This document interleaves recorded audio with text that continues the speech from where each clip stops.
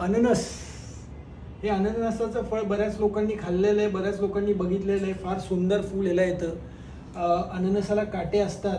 हे फळ जे आहे ते आपण रस त्याचा ज्यूस घेतो, कधी कधी फळ चावून खातो. तर एक लक्षात घ्यायचे खूप भन्नाट आयुर्वेदात उपयोग सांगितलेले आहेत. पहिला उपयोग म्हणजे आपल्या डोक्यावरची जी केस आहेत, शरीरावरची केस जी आहेत ती पोटात गेल्यामुळे बऱ्याच वेळा काही लोकांचं पोट वारंवार दुखतं, पिळवटल्याप्रमाणे वाटतं. तर केसांचं पाणी करणारं आणि मलाद्वारे बाहेर टाकणारं औषध म्हणजे अननस असं ग्रंथामध्ये त्याचं वर्णन आहे. अननसाची फळं किंवा अननसाचा ज्यूस जर 3 ते 4 महिने सलग दिला तर पोटाचे विकार बरेचसे कमी होतात.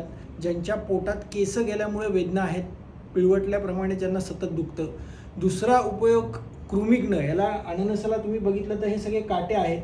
या काट्यांचा उपयोग जो आहे तो बेसिकली कृमिघ्न, जंतुघ्न ज्यांच्या पोटामध्ये चपटे, लांब, गोलाकार वारंवार जंताची अंडी पोटामध्ये येतात, वारंवार अंडी तयार होतात आणि त्यांचं कंटिन्युअस संडाची जागा खाजवते, लघवीची जागा खाजवते, चेहऱ्यावरती पांढरे स्पॉट येतात आणि जातात.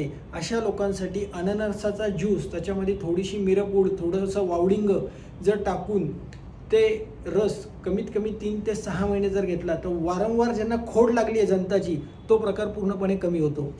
त्याचबरोबर ज्यांना मधुमेह आहे, प्रमेह आहे किंवा ज्यांना लघवीला वारंवार जावं लागतं आहे, जे लोक एसीत बसतात, जे लोक थंड हवामानामध्ये राहतात, की कंटिन्युअस दिवसभरात 8, 10, 15, 20 वेळा मला लघवीला सारखं सेन्सेशन होतं आणि लघवी तर साफ होती आहे, लघवी करताना काही दुखत नाही आहे, पण लघवीची क्वांटिटी ही जास्त आहे. अशा कंडिशनमध्ये अननसाचा रस जर 3 महिने घेतला तर तो लघवीचा वारंवार जाण्याचा प्रकार हा खूप कमी होतो.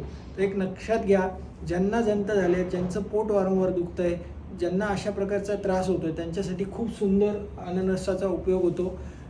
तसंच ज्यांना पोट दुखतं, पोटामध्ये कळ मारल्यासारखं वाटतं, त्यांनी अननसाचा रस, मिऱ्याची पूड, थोडंसं सैंधव मीठ, आल्याचा तुकडा टाकून जर घेतलं तर ते पोटदुखीही कमी होते. नक्कीच ह्याचा उपयोग करा आणि मला कमेंट करा.